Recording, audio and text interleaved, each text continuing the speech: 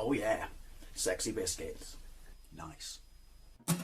Long boys blues, 1975.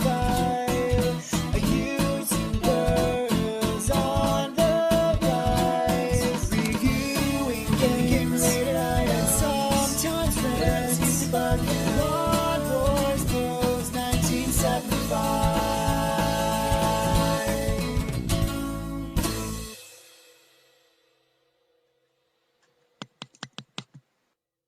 Welcome to another ZX Spectrum versus Commodore 64 comparison video, as I like to call it, Playground Wars. In this video we're taking a look at this game here, Flying Shark, released in the arcade by Taito, either or, in 1987 and ported to the home micros in the United Kingdom, at least, by Firebird. You know, those people, or the software division of the people who provided everyone in the UK at the time with their phone line. I always thought that was weird, but to be fair, it was actually developed by Kraft Gold. Anyway, right, it's a top-down shooter. When you're on a biplane, you take off at the start of the level, you shoot air-based targets, ground-based targets, and you have a super bomb that wipes out everything on the screen. Then you land at the end, rinse and repeat. There are various levels. I think it's set during World War II, but you're in a biplane. But if you look at the amazing box art on the Spectrum, Amstrad, Commodore, Amiga, Atari ST, you know, versions, you'll see that you're actually in a Spitfire. I guess they figured that would sell more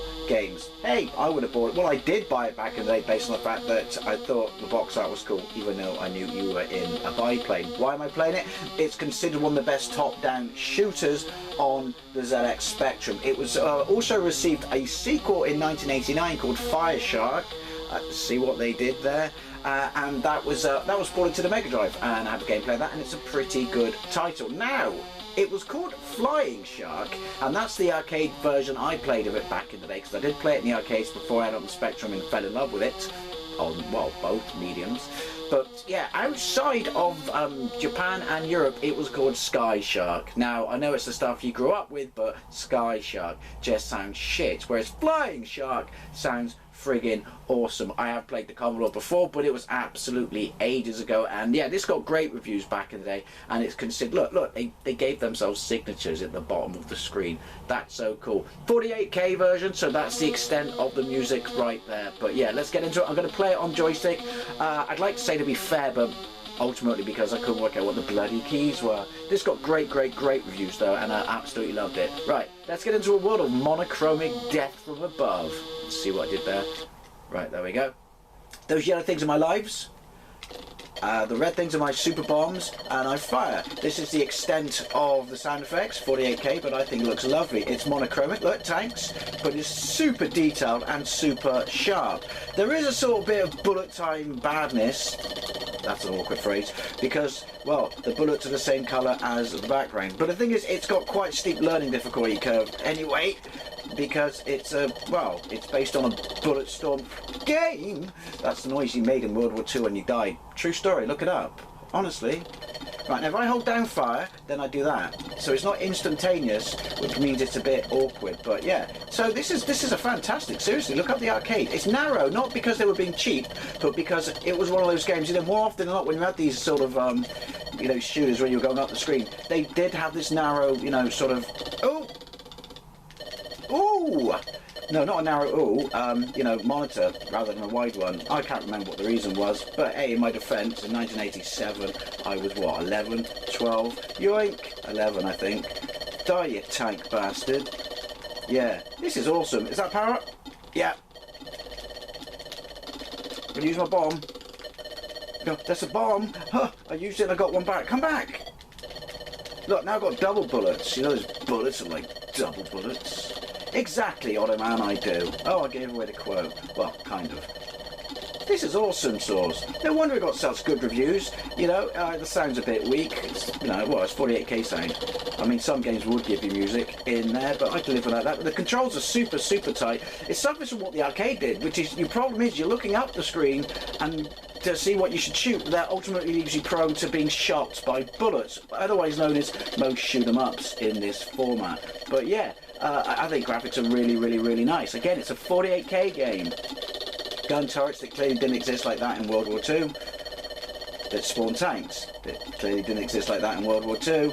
Then again, are we World War II? Am I just assuming that? Because it's a biplane, but am I just assuming that based on the sexy box art?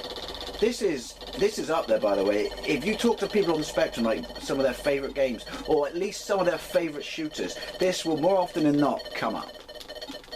Why? Because it's awesome sauce. Obviously, it does have a it does have a two-player mode. Oh shit! He died as well. How far back? Oh, I've only got. See, not being able to do the balls. The bomb instantly is a bit of a pain in the ass. Probably could do that on keys, but again, I can't work out what the keys were. Never said I was going to get particularly far. Just soak it up what we're seeing so far, and we can do a comparison of that. Hey! The tanks are supposed to be kind of, you're thinking, oh, because of the monochromic, nature of the graphics, you can't really see what's going on. That's the kind of the point with the tanks, it did it, to some degree in the arcades, because they're ground-based, I mean, this was a big thing then, wasn't it? Obviously you had 1942, which was, air-based, but lots of games, more often than not kind of sci-fi shooter-based games, did this whole shit along the floor as well. Not quite like Xevious, where you had to use shit along the floor weapons. See what I did there? Die, you tank bastard. See, I'm consistent. That little tank, I remember where he came from. Oi! He's hanging in there like a stubborn tank bastard. What's that? I don't know what that is. I want it. Did I miss it?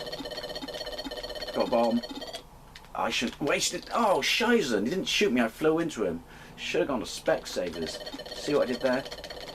But the other thing is itself for some other shooters, because the minute you lose, even though you just got, an extra row of bullets, it means you've got to start again, and yeah, you get spanked. Well, not start again, but start from, being a pussy, and then when the tank comes out, and everybody's at will, we'll get pussified. See, these are accurate descriptive terms, seriously. I save all my best work for you guys. There's a lot of sprites on screen as well at the same time. It's impressive. Certainly no slowdown. Yoink! Oh, ZX Spectrum shoot 'em ups. You are amongst the best. And I forgot what a great game this was. What's that? Point bonus. So that's for just, upping your lives and stuff. Right. Hey! I saw you. Come on then, little tank bastard. It's giving birth to tank bastards. Should have had a spade before the war. No, don't go that way. Oh, frisky! He's still in there. My hand's cramping up now. Right. Wait for him. Bombs away. Yay! Probably a big waste of my power-ups, but hey, what are you going to do? Is that it? Let me land. That'd be a nice point to cut off. No, it's the ocean. Is it the ocean? No, it's still jungle. I'm just a fool. I don't know. Are they tank or boats? Are they boat tanks? Or maybe tank boats? There we go. There we go. Hello. Right. Well, this is really, really, really, really impressive. Oh, shit. Am I landing? Yay. Let's have a look at the Commodore 64 version. It's got a lot to compete with. So here we go, this is Flying Shark on the Commodore 64, straight into the title screen, which to be perfectly honest is butt ugly, and there is no music, but worry not, there will be SID-chip goodness once we get into the game. It looks a bit weirdly bordered, but trust me, this is how they bordered it. It's ugly, it's an ugly layout compared to the Spectrum. All your information is down the right hand side, lives and bombs, and your score from top to bottom, which is butt ugly. The screen seems to scroll a little bit from left to right, making it wider, but also inaccurate compared to the arcade. Not sure why they did that. Now here's the thing, you move too fast. You feel like a paper plane in the wind. It's the only way I can explain it. Yeah, it's too quick for its own good. Even though the stuff on the Spectrum, that's pause. There we go. I didn't know you had a pause, which could be handy. Your bomb comes out like the arcade, so you get the proper drop in it, not just a flashy thing on the screen on the Spectrum. But this is hard.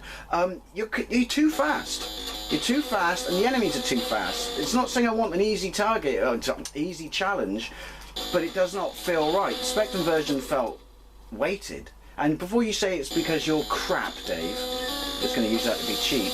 It doesn't kill everyone on the screen. Yeah, I didn't mean to do that one. Power-ups, anyone? Yeah, I do not like this. It feels too light and airy.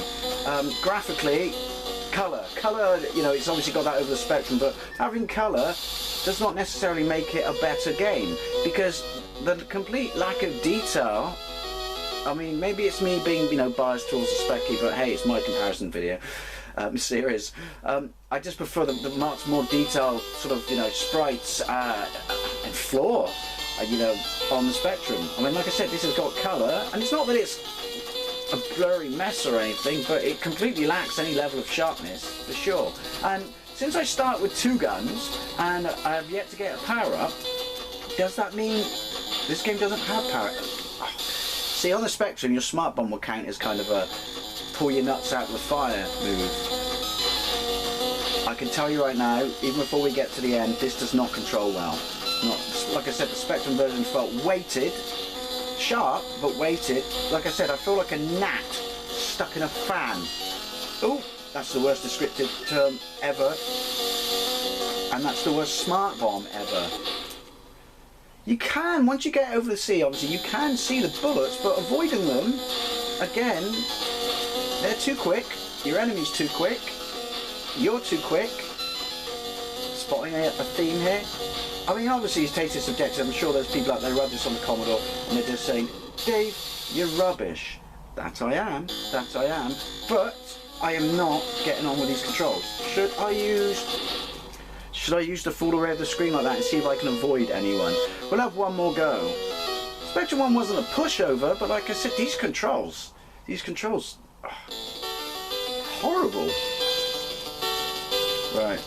Unless this is an accurate, you know, portrayal, feel-wise, of what biplanes are like. I didn't ever triplanes. Sorry. I loved triplanes when I was a kid. My brain just went, they got an extra wing, they must be amazing.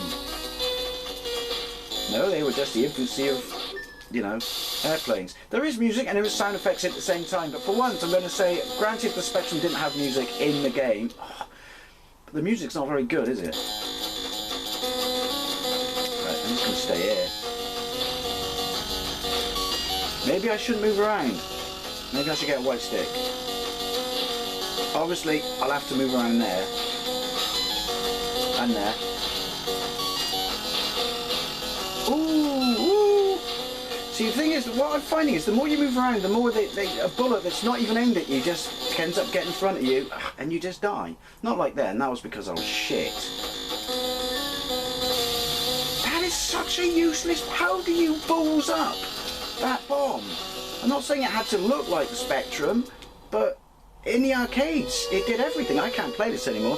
Do you know what? Hands down, sorry, Commodore fans, disagree, let me know in the comments down below. Hands down, Spectrum version, you know, it doesn't have music, it just has sound. It's more accurate to the arcade, apart from your super bomb, but yeah, better detail, better controls, correct speed, and your plane just feels right. This version is horrible. Anyway, as always, I'd love to know what you think. Thank you very much for watching, and I'll see you later.